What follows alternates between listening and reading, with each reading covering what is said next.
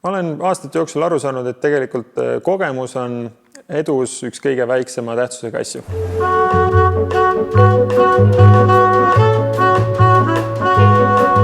Kõige tähtsam on lõpuks see, kui motiveeritud on iga inimene ja kui nutikas ta on.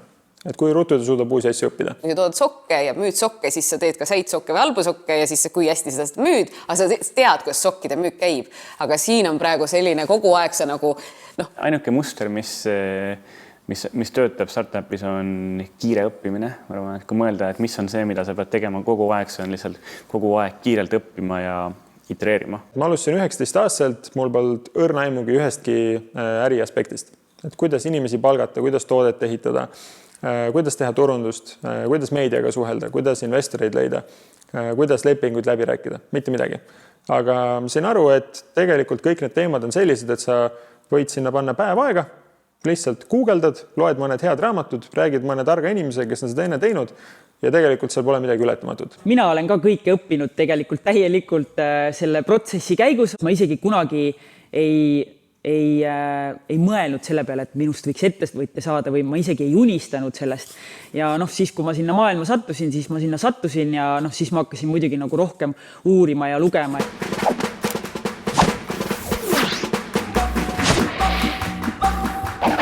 Hästi palju on aitanud raamatute lugemine ja väga palju on aitanud ka erinevad kohtumised, et alati tasub rääkida tarkade inimestega. Minge rääkige teiste founderitega. Founderid on hästi kokkuhoidav rühm. Samamoodi jagatakse töötajaid, tehakse töötajatele referentse ja kõike muud sellist, et founderid ei vea üksteist alt. Terve internet on ka tegelikult täna õnneks täis seda materjali, et veel paarkümmend aastat tagasi tegelikult absoluutselt puudus see informatsioon. Esimese aasta-kahega ma juba saingi enamus nendes valdkondades omandatud piisava taseme, et ma suutsin juba nende valdkonna ekspertidega piisavalt hästi juba hakkama saada, või et siis kas nad olid siis meie poolel või meie vastu, aga ma ei tundnud kunagi, et nad oleks oluliselt minust üle olnud. Ehkki ma olin igas selles vallas palju väiksema kogemusega. See on päris pull asi, aga siin võiks mingi tehnoloogiline kiiks ka juurde tulla, kas te ei arva? Kuusel ütles, et meil on vaja tehnoloogilist kiiksu.